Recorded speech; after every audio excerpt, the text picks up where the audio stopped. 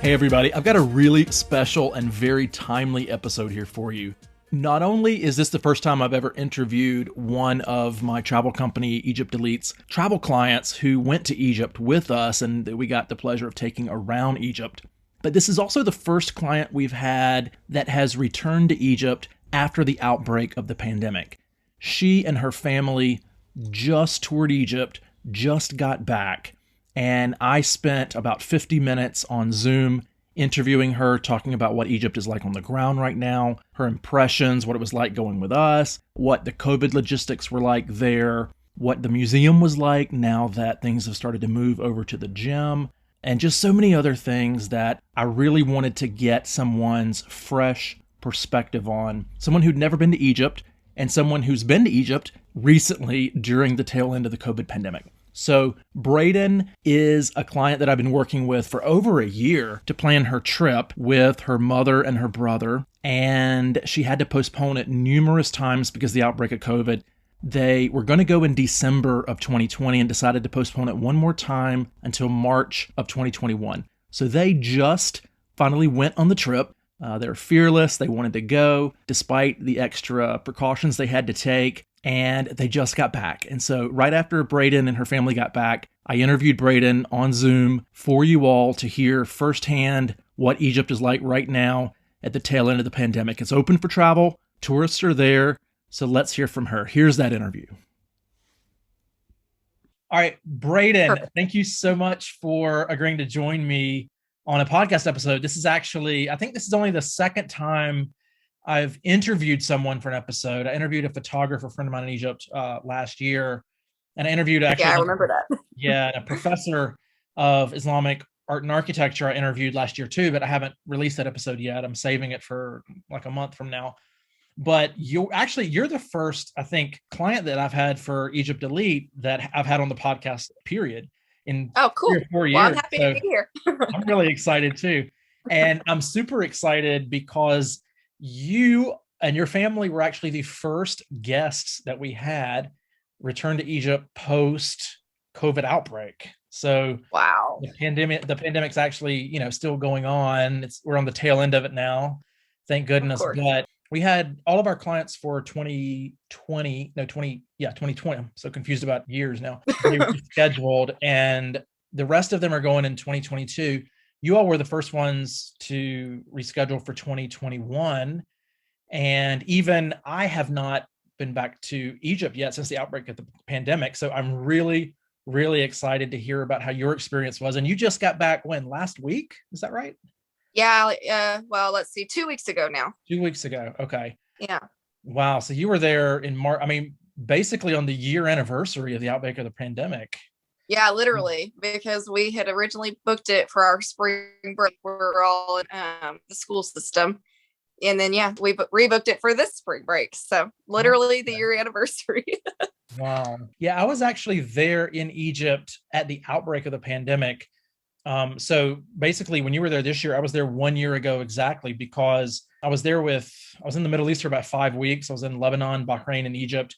And I had a group of, I want to say six, that I was 5 or 6. I was going around the country with myself because I was in the country at the same time as them. And we had some other client groups there at the same time. And when their trip finished on March 14th, and I flew back to Spain where I live on March 15th, and I have not been back to Egypt since. So wow. You know more about Egypt right now than even I do. I'm really excited to hear what your impressions were. But first, let me just back up a little bit for everyone to kind of get a sense of how we got to know each other and how long we'd been planning your trip together. So we first started chatting in 2019. Is that right? Definitely. I got married in June of 2019, and we already had this trip booked. So I don't know what month we booked it, but it was before mid 2019. Wow. Okay. And so you went with, am I correct? I was assuming, but I don't think I knew the relations. Did you go with your mother and your brother? Is that it? Or your yes. Mother? Okay. Yeah, that's correct. Yeah. Okay. And what made you all decide you wanted to go to Egypt? I went to Turkey in, I think 2018. And the way I planned that trip is I watched a lot of YouTube videos So I found some travel channels that I really love on YouTube. And so some of the couples that I was following around the world through YouTube, some of them ended up going to Egypt pretty soon after my Turkey trip. And I was continuing to watch their videos. And when I saw the videos of them traveling around Egypt, I just thought that is exactly where I want to go. Just everything about it. It seemed like a perfect place for us. Just everything that we love, it kind of ticked off the list, and we were right. Nice. And what made you want to travel with your family? Did you suggest it to your mom and your brother, or do y'all always travel together, or how did you end up traveling as a unit? We are typically the three out of the family that just really love to travel and just kind of want to go everywhere. I mean, my goal is to visit at least 100 countries before I die. That's like my bucket list goal. If I visit more, that's cool too. But my mom always likes to tag along. My dad and my husband aren't as big of travelers as we are, so they stayed home. They were also busy. But yeah, we want to see the world, and Egypt was a really good place to start. And so you said you've been to Turkey before, and so you had already seen a little bit of the Middle East, of an Islamic country. Turkey's a little bit different because it's sort of a blend of Western and Islamic, but it is. But they are somewhat similar, and I enjoy that culture. Turkey was the first time I had been to a Middle Eastern culture, and I really enjoyed it. I think that's one reason I was drawn to Egypt. Yeah, Turkey is a great introductory country to the Middle Eastern region. Yeah, I agree. Because it is a little bit of a blended country, East and West.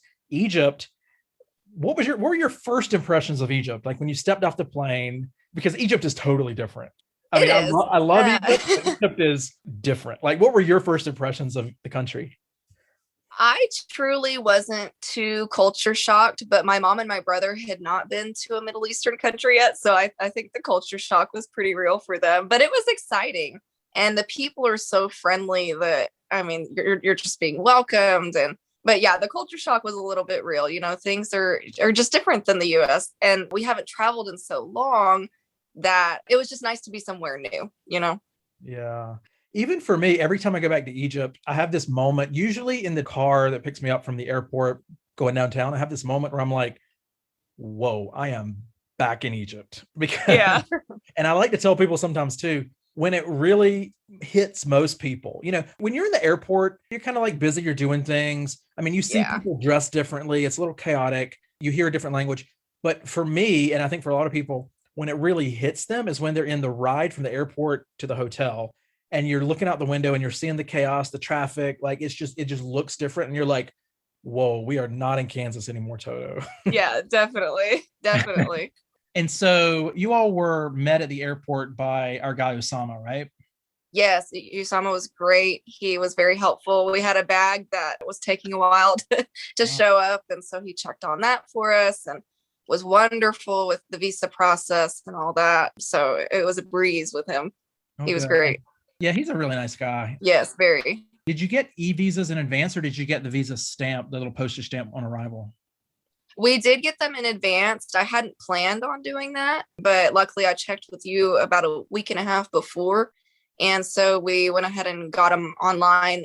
They are recommending that now because of COVID. And I had heard the visa process was pretty messy and could be very lengthy. And it was a breeze. I mean, it took us maybe 5 minutes, and that's because the line was 5 minutes long. I mean, they were just super quick. So. Yeah. During normal times, when tourism is at its height in Egypt, the lines can get really long, especially when, huge plane loads land from China or from, Russia, or they have these huge planes of package tourists, and they're all, planning to get their visa at the window, and then they're all lining up. I mean, and sometimes because the airport sometimes groups incoming flights, so you might have 3 plane loads of 300 landing at one time. So literally there's 1,000 people in line trying to get their visa and stuff right there pre-immigration. Right. You all were, you were definitely traveling at a good time. What were the sights like in terms of the other people that were there? Did you see other tourists? Were they empty? I mean, I assume they weren't crowded right now, right? No, they weren't crowded. They were more crowded than I thought they would be, which was not a downside for us. We were happy that people were there, but you truly kind of do feel like you have the place to yourself. Egypt is requiring masks when you're in a crowded area. And so there was plenty of room to spread out so you could take your mask off, if you were outside. And so, yeah, even though there were people around, we did feel like we had the sites to ourselves. they definitely weren't crowded, and I definitely wanted them to be more crowded for, the people in the tourism sector's sake, but and just because people need to see these things. But it was kind of nice to have, not huge crowds. Yeah, I was so happy for you all that you're brave enough to go now, because it really is rare for these sites not to be crowded. And Right. travel's going to bounce back. It always does. But I remember in 2011, 2012, like when the revolution was going on, the Arab Spring, Hmm. it was kind of the same thing. The sites had emptied out, tourism plummeted, but there were still people there. We took a lot of people to Egypt in 2012 who were just like, revolution, no revolution. I want to see the pyramids and the tombs, and Right. I'm going, kind of like you all were, we're going. I agree with that notion. Yeah. But you're lucky though that you hit it now, because even though there were some people there, like you said, I mean, normally there are a ton more. And we were Right. already seeing a huge uptick in bookings for the winter of this year. So October, November, December, and January, February, basically the high season, the winter. Okay. And Yeah. we got a lot of bookings. And, the people who go this year, like you all did, are going to really get a special treat, because after, with the Grand Egyptian Museum opening, the new National Museum Yes. of Egyptian Civilization opening, it's never going to be like this again. And so Right. you all got a really treat. I'm so happy that you got that. Yeah, us too. Okay, so Osama met you at the airport, and so you did have a delayed bag. That's good. That's one of the reasons I tell people that I really, sometimes people are like, "Oh, I don't need help," or "You don't need to send anybody to help us pre-immigration. We got it. We've done this 1,000 times." And I'm always just like, "Please, just let us do it. It makes us feel better." Because if you do have any issue of Yeah. delayed bag, or heaven forbid, a lost bag, and you have to deal with the airport staff in Arabic, it's just a hassle, and nobody wants to start the trip off like that. So I'm glad that he was there to help you with the delayed bag. And then you all were staying, remind me what hotel you were staying at? The Steigenberger Pyramids Hotel there in Giza. I like that hotel. Steigenbergers are good. A I lot of do too. Americans haven't heard of that brand because it's a German. Yeah, it's the first one we had stayed at, and it was Okay. very, very nice. It's a beautiful place, and of course, the view is just perfect. I mean, For folks who don't know, the Steigenberger Pyramids is right out in Giza. It has a view of the pyramids. There's two Steigenbergers. There's one downtown in Tahrir Square, Steigenberger Tahrir, and then there's Steigenberger Pyramids, which is out by Giza, which is great. And especially next year when the gym opens, it's actually right across the street from where the new Grand Egyptian Museum is going to be. Did you see that from the outside, I assume? yeah, we kind of had a view of it as well as the pyramids, and it's a beautiful museum. We were so sad that it wasn't open yet, but that's just another reason to go back. But Yeah. yes, it's gorgeous. The Steigenberger is great. And the pool there overlooks the pyramids as well. You can literally lay out by the pool and look at the pyramids. There's a couple more resorts out there. There's the Mina House Marriott. That's older. It's across the street and closer to the pyramids. It has great views too, but it's older. And I like the Steigenberger pyramids because it's nicer. It's big and open. It's white, kind of, like white marble in the lobby, and stuff like that. It really makes you feel, like you're having a really nice, luxurious experience, and you're right there by the pyramids. Now, did you walk around anywhere outside of the property? Because that's not really in an area with a lot of stuff you can walk to, right? Yeah, it's not. No, we didn't. Our trip delayed a day because of our COVID tests, so we lost a day at the Steigenberger pyramids. And so the day and a half that we did have there, we were just kind of rushing around and seeing all the sights. So no, we didn't walk anywhere, and it didn't look too walkable. I think you're right, which was fine. But we actually went and ate at the Mina House. Iman, our guide, recommended that for dinner one night. And so we went to the Mina House to eat, and it was okay. Yeah. But it was beautiful. I mean, the view was lovely, and we could actually see the light show going on at the pyramids as we were eating. So that was cool. I mean, there are pros and cons. I tell everybody to staying out by the pyramids. I mean, the pros, like you mentioned, are the views. You can't beat the views. No other region of Cairo has views that close to the pyramids. Right. But then you have to balance that against, if you stay downtown, you can walk around. You can walk out the door of the hotel and walk around all downtown Cairo. And you really can't do that out in Giza. So it's good to hear that you liked it and you had a great experience there, because different people like different things when they go. Some really want the view. They want to be, and especially after the gym opens, proximity to both the gym and the pyramids. You save an hour commute from downtown out to Giza by being there. Definitely. Each way. So, okay. So Steigenberger pyramids. And what did you think of the pyramids? I mean, this was your first time seeing the pyramids, your first trip to Egypt. the pyramids are what everybody goes to Egypt to see. What were your first impressions? Do you remember? They are magnificent. I didn't know that they'd be my absolute favorite thing we saw, but they were. We loved them. You can't even describe it. Seeing them, you can't. They're mesmerizing, and the whole experience is great because, Aman, our guide, she taught us all about them, and you get to go inside the pyramid and then ride a camel by the pyramid. I mean, the whole shebang is just something we won't ever forget. Definitely. Yeah, it's a really magical experience. I mean, it is. It's something you see pictures of your whole life, you dream about, but then when you show up and you're literally standing beside these blocks, I mean, that's one of the things I struggle with in, sort of narrative and storytelling and talking about Egypt is conveying the enormity of these blocks. I mean, I've never seen a single block bigger than my body before. And there are millions of them in the pyramids, but I'm curious, what did you think about the Sphinx? Because a lot of people find it smaller than they had imagined. What did you think about it? I was still impressed with it, but I have heard that before. I mean, when you think about when it was made, I still thought it was very impressive at large. I mean, that was just my take on it. And I think my mom and my brothers as well. And of course, it's just awesome to look at, and you can't believe that you're seeing it in person. I was impressed with it. I didn't think it was too small, but that's good. That's good. Yeah. Yes. Some people, well, I mean, myself included, like the first time I saw the Sphinx, I was like, oh, I mean, I was thinking it was as big as the pyramids, and my conception was a little bit exaggerated, but I was like, oh, it's smaller than the pyramids. Okay. But now I'm always curious as to other people's perceptions, because I don't think everybody maybe sets it up like I did, thinking like it's as massive as the pyramids, and nothing is as massive as the pyramids. That's funny. So do you remember your camels' names? They usually have funny names. Of course. Mine was Ali. My brother's was Mickey. And my mom's was Bananas. And we got to feed them, and they are precious. And I called my husband after, and I said, we have to get a camel. Well, yeah, they always have really cute names. A lot of times they're named after Disney characters, like you said. Yeah. I haven't heard Bananas. That's cute. Yeah, he was super cute. We really enjoyed that. That kind of tied the whole experience together. It was kind of like the cherry on top. We enjoyed that a lot. Yeah, that's good. That's good. Camels are weird animals. I mean, they're funny looking, they're funny acting. And then, I mean, I don't know if you had this experience, but like when you get on it and it stands up, most people are not expecting, like it lurches forward really far, and then and you really have to move your body forward and backwards just to keep your balance to get up. Yeah, the guys who were like, leading us on the camels, they were like, lean back when it stands up. And I'm like, okay. So we did it. And I mean, if they wouldn't have told us that, I probably would have fallen on my face. Oh, yeah, good. I'm glad that was fun. It was. And so Iman, so we have a couple of guides we work with there consistently.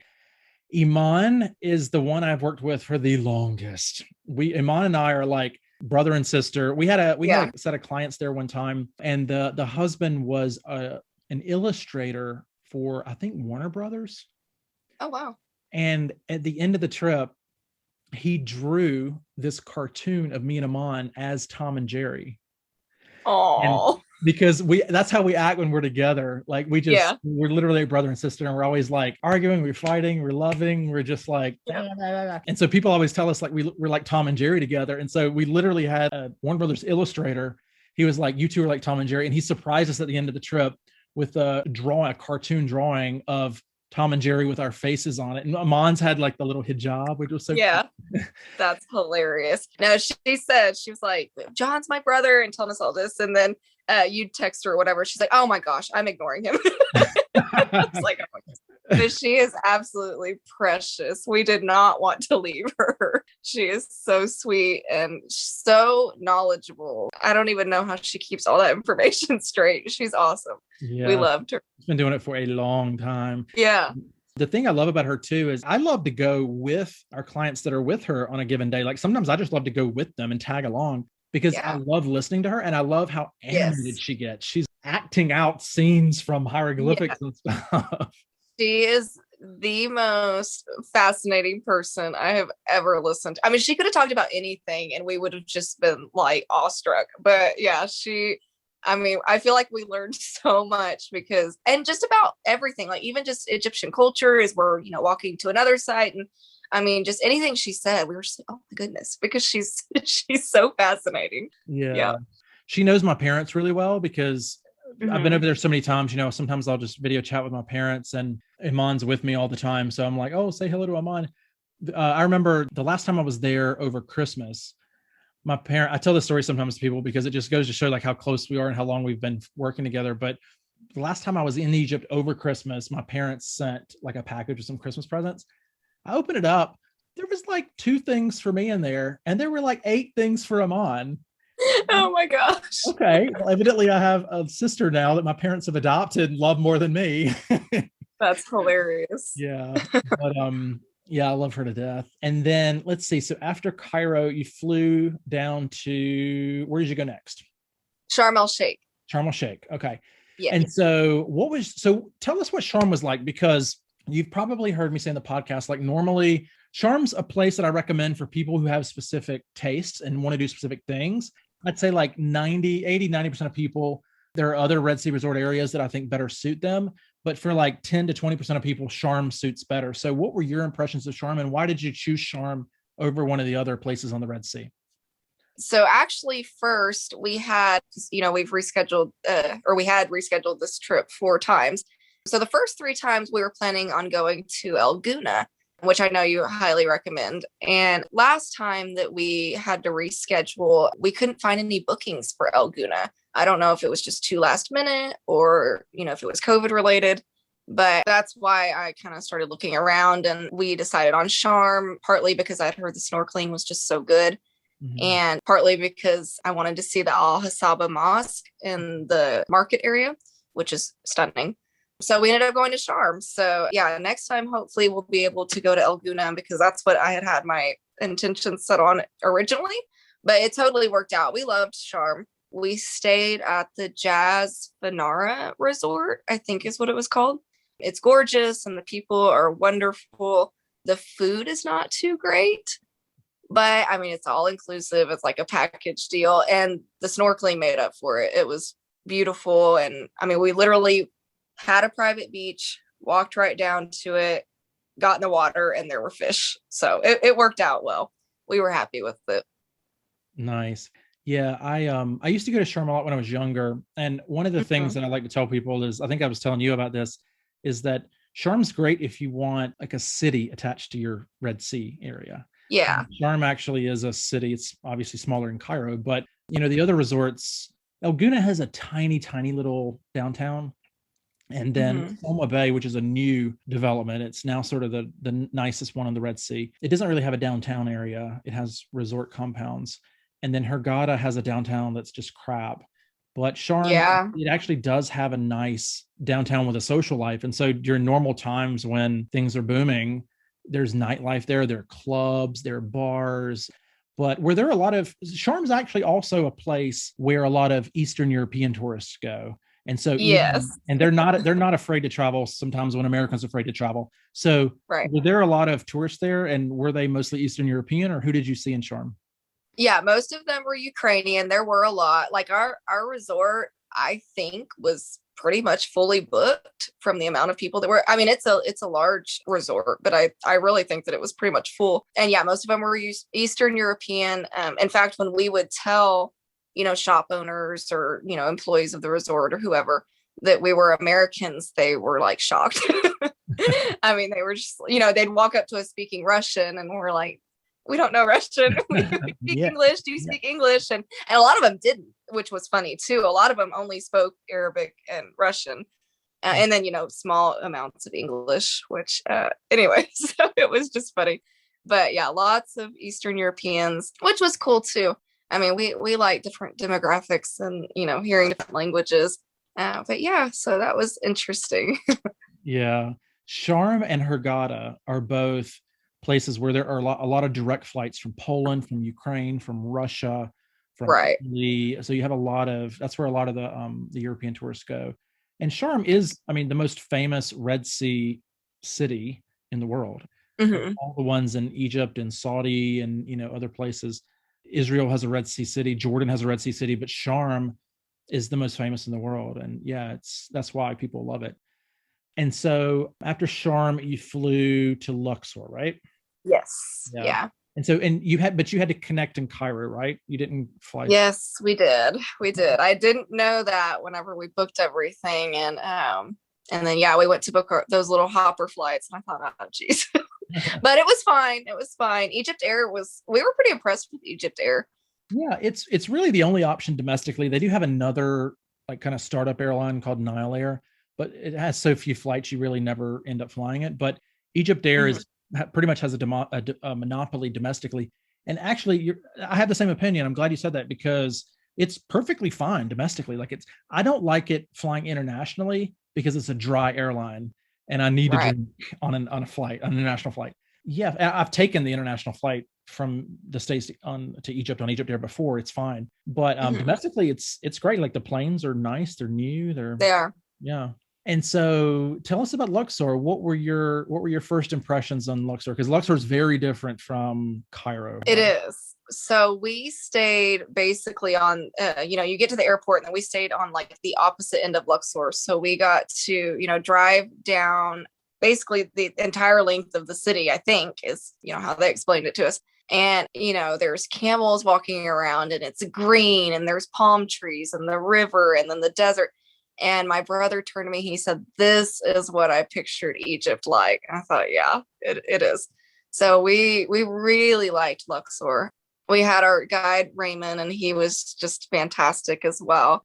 So he rode with us from the airport to our hotel. So he was already, giving us so much info and, just telling us all these things. And we really liked the shift. Of course, I didn't mind Cairo at all. We don't mind, big, crazy, dirty cities, but Luxor was nice.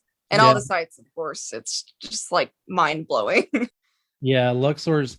I mean, I like to tell people Luxor. We call it a city. Like, oh, you're going to another city, but Luxor really is like a village. I mean, It looks like a village. Yes, it does.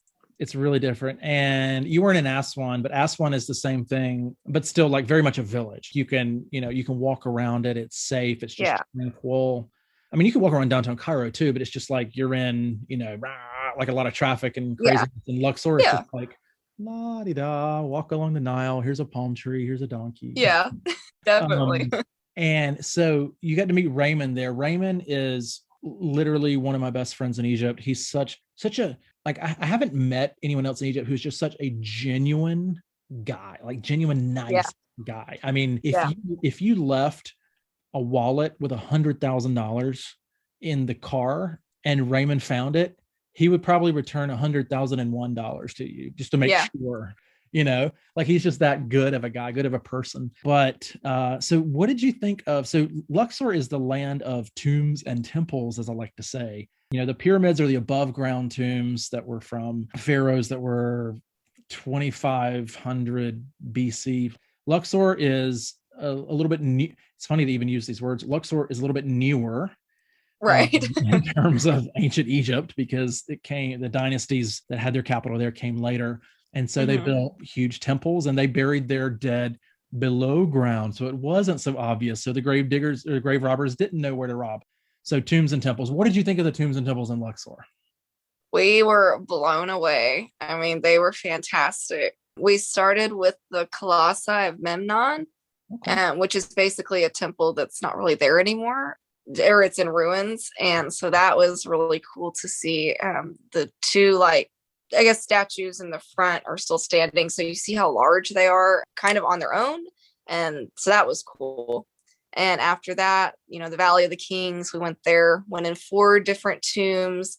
And one thing we were blown away by is the original paint is still there.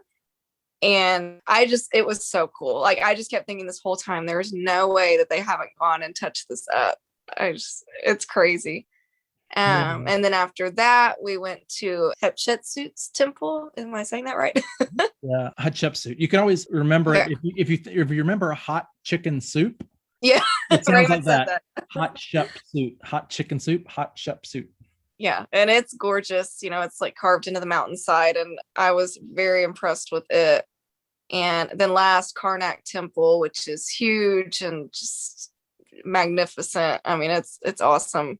And yeah, that was all in one day. And it was a great day. I mean, we saw and learned so much, and it was, I don't know, just you can't even describe it. Yeah. And I mean, because you know me from the podcast, I try my best to describe and talk about what these things are like, but there's just no way to do it. You You can't. have to see it. I just, Yeah, definitely. I could talk about it for 10 hours straight and you would still be blown away when you go see Yeah. it. Karnak, for example, I've told folks before, that's a temple that was built over 2,000 years. And Yeah. so, I mean, just to think about like the scale of that, our country's a little over 200 years old. They were building for 1,000 years and they're like, we think we're only halfway done. So they built for another 1,000 years, kept adding and adding and adding. But yeah, and the other thing that, like you mentioned, I'm glad you mentioned the Colossi of Memnon and the mortuary temple there of Amenhotep that's not there anymore. Because the thing that a lot of people don't realize is, like you mentioned, the statues that are at the entrance to what was there are Yes. huge. And people don't realize, if you just think about how enormous and mind-blowing what's left is, Yeah. imagine what the original buildings were like when everything was there and fully constructed. I mean, I literally cannot even imagine how big and magnificent these were. And like you said too, with the colors inside the tombs and even some of the temples, like if you look up at Karnak, you can see some of the original colors. Yeah. That impressed us a lot too. You could see, some of the columns still had color on them, and you're just blown away the entire time. I mean, just the whole day you're awestruck. It's crazy. Yeah. That's why I really like for folks to kind of do it in the order you all did, doing Cairo and Giza first, then going down and doing Luxor, the tombs and the temples, because it's just one thing after another, just builds and builds. And, it's, you're not kind of like, oh, well, the thing I saw last week was more impressive. Now I'm just kind of like, everything just builds and you're like, oh my God, how can it get any better? And then you see the next temple or the next tomb and you're like, whoa. And then you go to Karnak and you're like, whoa. Yeah, literally. Yeah. So I forgot to ask you about one thing in Cairo. Backing up to Cairo, you went to the current, or what we call now, the old Egyptian Museum, right? Yes, we did. So what is the Tahrir Square, the downtown Egyptian Museum, like right now? A lot of people who are going in the next couple of months are worried that it's been cleaned out, that there's nothing left. What was it like for you all going there right now? I mean, there's still plenty. I mean, you can definitely tell that they're moving things around, but that was actually kind of good because they had some things out just sitting. I think they were pulling things out of storage, so I think we actually maybe got to see a little bit more than what when everything's typically like in its place. Oh my gosh, this blew us away. So we walked in and turned the corner and walked a little bit, and there's this like shelf. There's just all this stuff piled up. It's not the most organized museum, but I understand that they're moving. But there's this shelf, and there's this like cobra head sitting on the shelf. And Iman was like, where do you think that's from? And we were like, I don't know. Oh my gosh, somewhere in Egypt. And she's like, that's the cobra head that was on the Sphinx. Like, that's the original cobra head that has since fallen off. And it's just sitting on this shelf right here, like in storage. There's no label. It's not even, facing us. It's back in a corner. And so she was like, if you come with me, you're going to know what's going on. You're going to see these things that are just awesome. And they're not even labeled. And it's fine because it's like, we saw the cobra head that was on the Sphinx originally. So that was really cool. That's another thing that's hard to convey about that Egyptian museum, the old one, is that, I've had so many clients over the years that are just like, oh, we'll do the museum on our own. It'll be fun. Yeah. I mean, when we say nothing's labeled, like you said, you can be looking at something that is one of the most significant things in there. Exactly. And you have no clue because they might have like some tiny little label in Arabic that just says like cobra head. Yeah. And they didn't even have that, but yeah. Yeah. But yeah, the entire trip, we'd look back at pictures or whatever, even now, and we'll always turn to each other and say, thank God we had him on, because we wouldn't have known what this was. Yeah, it's like that for so many things. And it's kind of bittersweet in a way, because one of the good things about the old museum was that you do really feel like you're up close and personal with history. I mean, you could literally reach out and touch these objects. But at the same time, the bad part about it is you can reach out and touch these objects and exactly do a day. Yeah, we agree. I mean, a lot of things weren't even in a casing at all. I mean, they're just there, and you can literally reach out and touch them. And yeah, so we enjoyed the museum a lot. But I hope the new Grand Egyptian Museum is great about like preserving and labeling. But of course, again, like we didn't mind it because we went with them on, and we learned so much. Even if there would have been labels, we still would have really wanted her there. So yeah, that's the thing too about Egyptian history, is that it's so long and 5,000 years. We literally just can't even in the West fathom what 5,000 years of civilization is like. And kind of, I mean, you can see it, like you said, that's a good point. Like, even if something's labeled, even if something says, this is the statue of Akhenaten, like at the back of the museum, there's a statue of, with the curvy hippie statues of Akhenaten. Yeah. Kind of has a female form in these statues. Yeah. I mean, even if you know that's Akhenaten, you don't know why he's depicted in female form. Normally, pharaohs are depicted as very muscular, very young, at the height of their power and physique. Akhenaten he allowed himself to be pictured as this kind of almost hybrid figure, and like learning about why that was and why he was different, and also like why statues of Hatshepsut were smashed and things like that. You just have all these dots connected with labels. That's why like having somebody along with you is so important, because the stories and the connections and interconnections are just so complex and convoluted. So I'm really glad. Yeah. I'm really glad you all got to see the old museum, because you're probably, I think you all were there in March. We have some folks going in June and July. And I mean, my best guess is that the new museum is probably going to open in October. Yeah, that's what we heard there too. That's what they're shooting for, I think. Okay. Yeah, that makes the most sense to me too. And so you probably are among the last that are going to get to see that old museum and that have that experience of being so up close and personal with all the artifacts. Because in the new museum, everything's going to be behind glass. Everything's going to be well encased. You got a great experience that most people moving forward will never get. Yeah, we were happy with it. But yeah, we'll just have to go back to see the new museum. But it was nice to see everything up close and personal. Yeah. And the new museum, even alone, like just for the museum, is worth another trip back there. Yeah, definitely. And so you said, who did you talk to that was giving you the impression they thought October would be the most likely time for the gem too? Because I just kind of like to always get multiple sources, because I mean, I think October as well, but that's just my best educated guess. But I'm glad to hear that other people are coming to that conclusion too. Who told you, or why did they think October? We actually talked to someone in Luxor at the Luxor Museum. And so he had asked, everyone's always so interested in what else you've already seen in Egypt. And so we told him that we had been in Cairo and had seen the pyramids and went to the museum. And so he was telling us, oh, well, did you see the Grand Egyptian Museum? It's opening in October. And so he was an employee of the Luxor Museum. I'm not exactly sure like what his title was. Yeah. But yeah, so that's kind of his idea too. Okay, good. I'm really glad to hear that. That sort of corroborates. Yeah. We're all piecing together clues. Right. We haven't made an announcement yet. So, but I think that kind of jives with what I think too. I think October is the most likely time. So that's good to hear that a museum employee, because he would be in the Ministry of Antiquities, employee of the Ministry of Antiquities. Right. He would probably have more info than I would. That's good to hear. So you went to the Luxor Museum. Was Raymond with you there, or did you go there on your own? No, we did go there on our own. He had another group of Americans the day after we toured with him. And so we went out on our own and we did a felucca ride. And that morning we did a hot air balloon ride, which I highly recommend. That was our second favorite thing after the pyramids. Oh, and then we went to the Mummification Museum and the Luxor Museum. So we did those on our own and we enjoyed it a lot.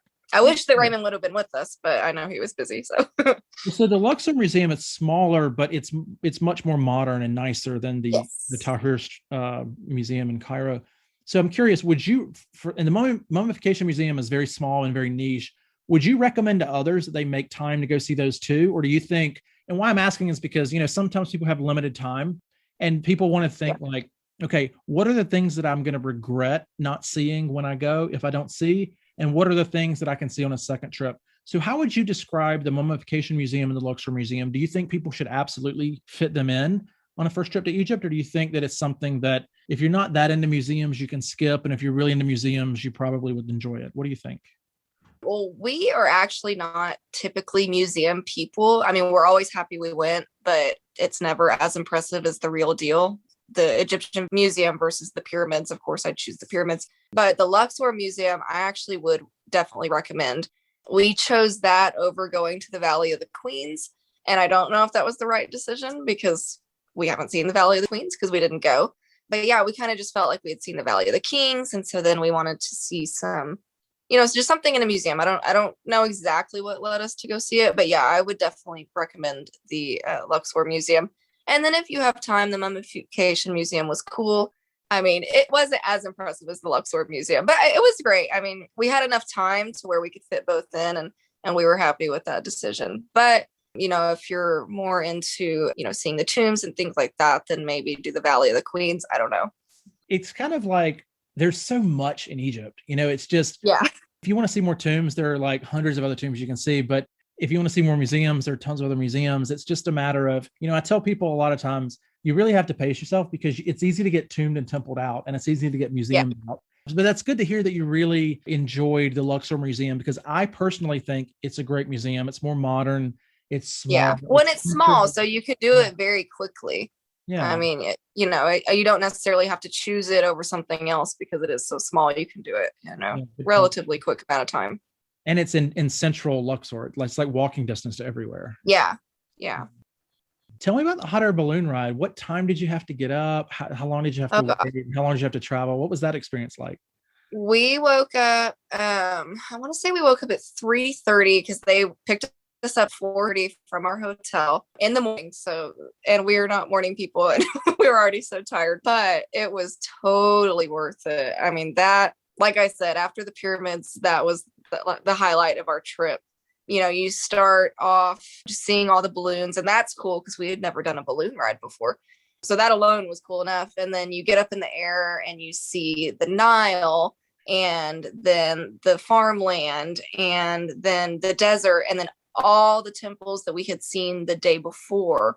So that kind of helped put everything together and give us some context about what we had learned, everything that Raymond had talked about. So that it was really, really magical. Wow. And we were in the air for they had said it was going to be about a 45-minute ride. I think it was closer to an hour. So we were very happy with that experience. Wow. It was awesome. Nice. Yeah. Luxor is one of the few places, I think, off the top of my head, I'm thinking like maybe Cappadocia, Turkey, and Luxor, Egypt are like two of the most amazing places in the world to do hot air balloon rides, just because the temples. Yeah, definitely. The contrast of the brown desert and the green farmland and things, the river, the sunrise. Yeah, it's absolutely stunning.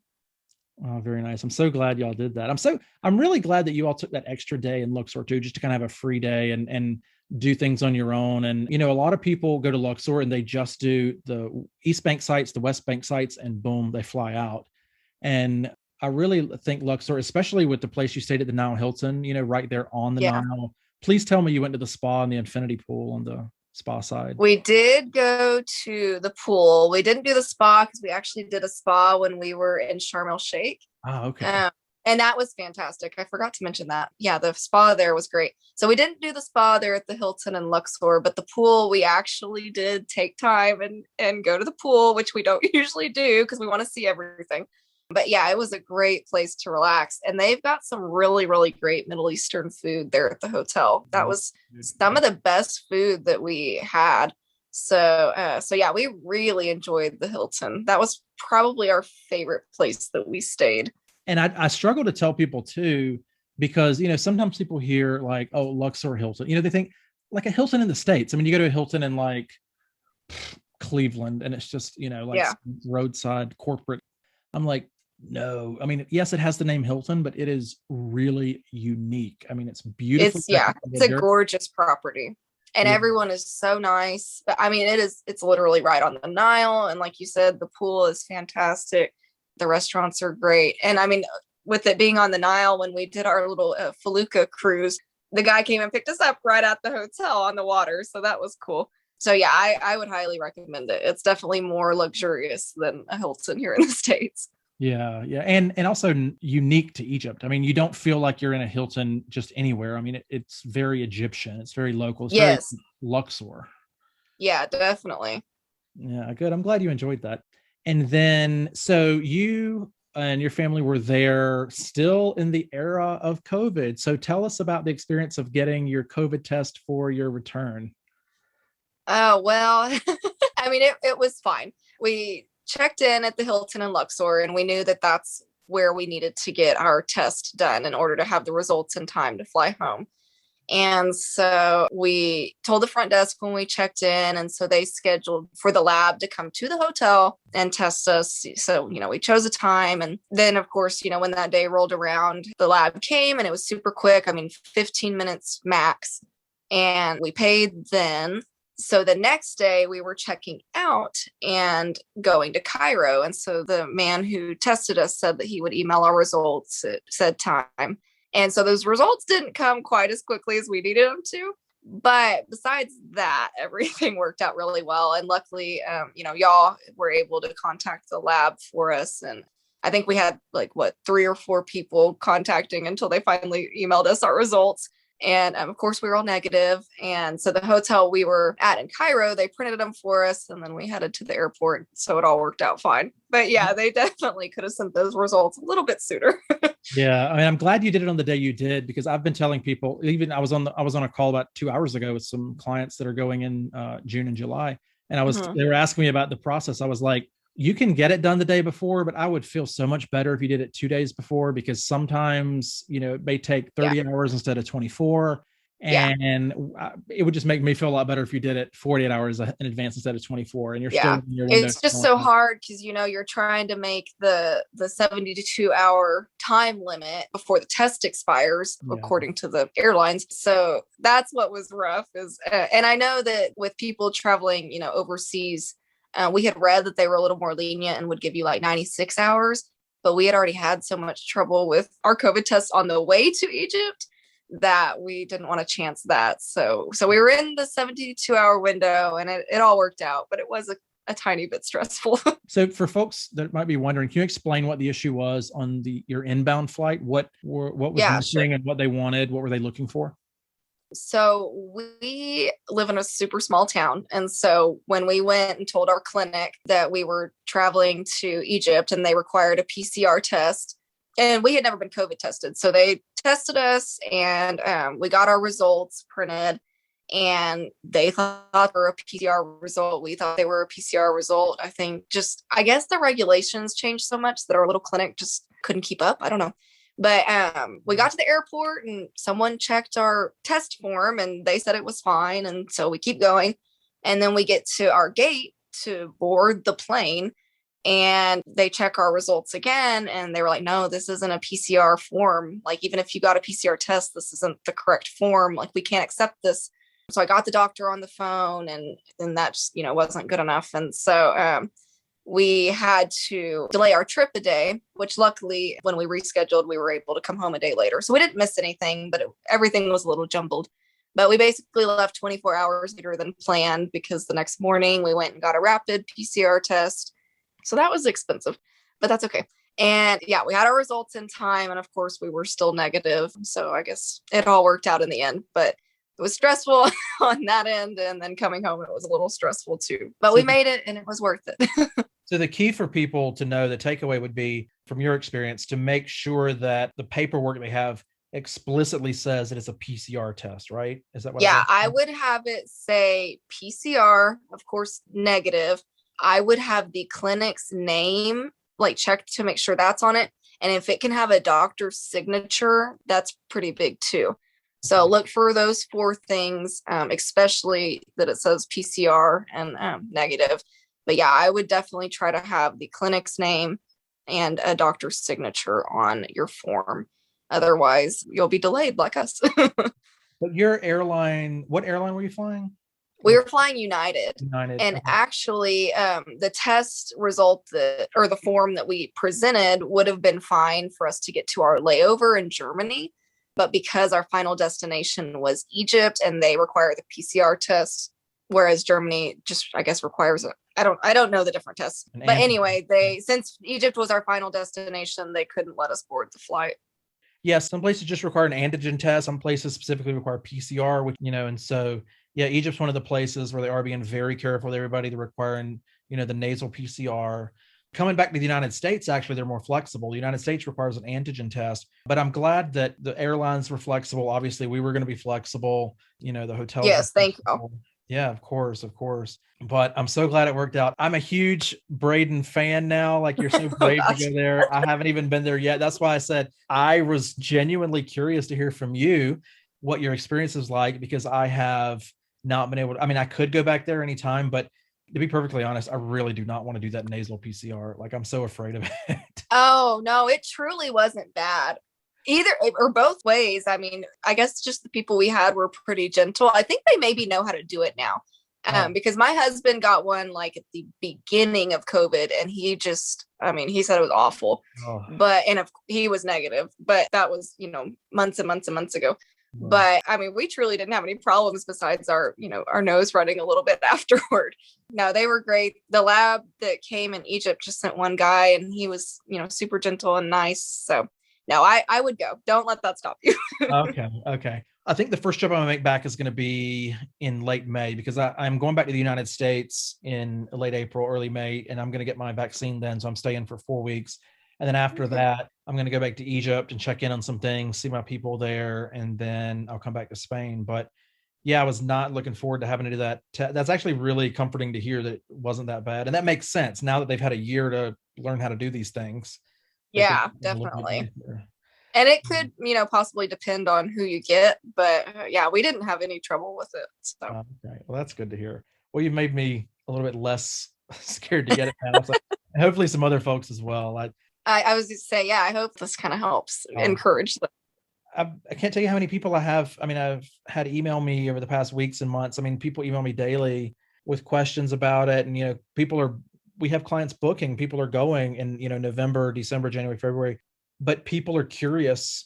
I think people want to go now. They want to go sooner. They want to go in, May, June, Right. and they're curious. And so I've been looking forward to getting a download of your brain from your trip. I know everybody else is really excited. I put out another episode today of the Oh, podcast, cool. and I teased on that one. I'm like, and another episode's coming out soon. In a couple of hours, I'm talking to someone who was just there. She came back. I'm so excited. So I think everybody's Aw. going to be really, really thrilled to hear your report back on this and what your experience was like. So thank you so, so much. Yeah, of course. Anything to help, people kind of get over that hump and go, because we truly enjoyed it. And, if you're a little concerned about COVID, just wear your mask. I mean, they require it in crowded areas anyway. But yeah, just, don't let it stop you from going. We just kind of finally decided we can't let fear, stop us. And yeah, we wanted to keep living life and doing the things we love. And for us, that's traveling. So Yeah. we are very happy that we went. And like you said, it's such a great time to go. Yeah. Life is short. You got to see the pyramids, right?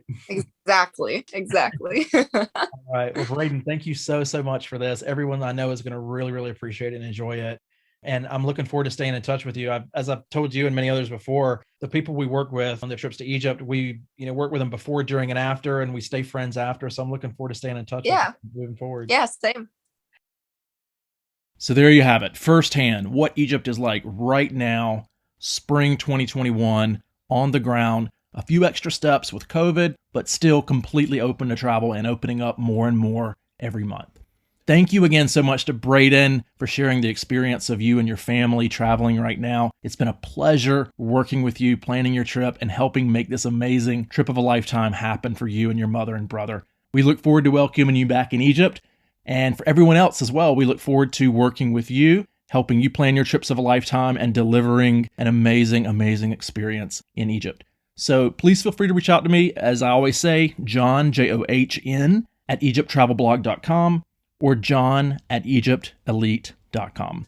Have a good day, everybody. Ma salama.